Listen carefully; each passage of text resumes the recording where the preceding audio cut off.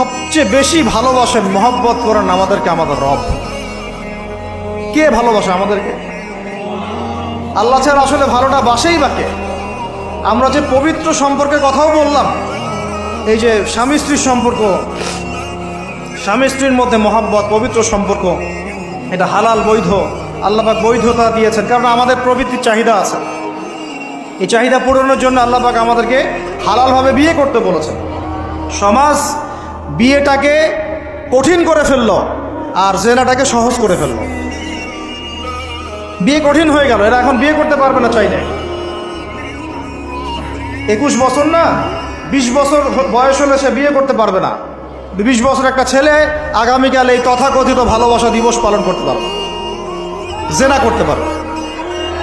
কেউ বলার কিছু নাই, কেউ বলার নাই, কেউ দেখার নাই। চলছে মানে এভাবেই চলছে। সমুদ্রের পানিতে ভেসে গেছি আমরা। একটা মেয়ের বয়স 17 বছর, সে কালকে জেনা করবে।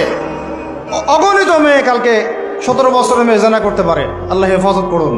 কিন্তু এ এখন বিয়ে করতে পারবে না। বিয়ে করতে গেলে সমস্যা।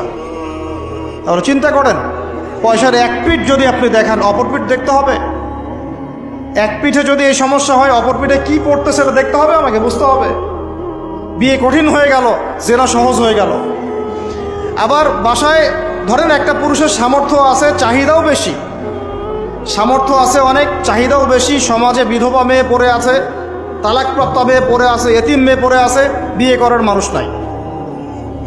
এখন সমাজে যদি কোনো সৎ পুরুষ একাধিক বিয়ে করে, তাকে সমাজে বাঁকা চোখে দেখা হবে।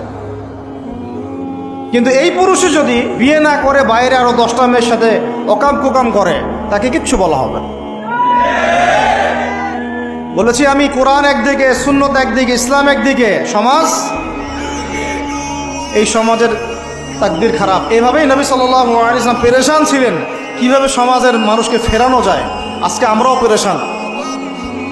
আল্লাহ পাক সবার আগে আমাকে ইসলাহ দান করেন, আমার পরিবারকে দান করেন, আমাদের প্রত্যেক দিনই ভাই বোনকে দান করেন এবং ইস্তেকামাত দান করেন।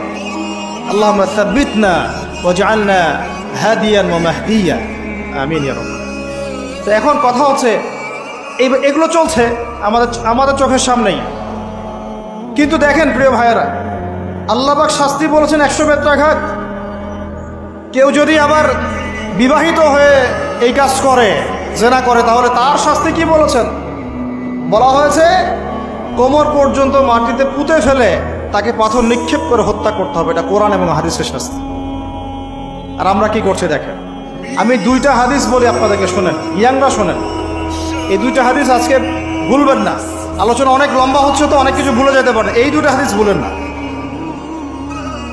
একটা হচ্ছে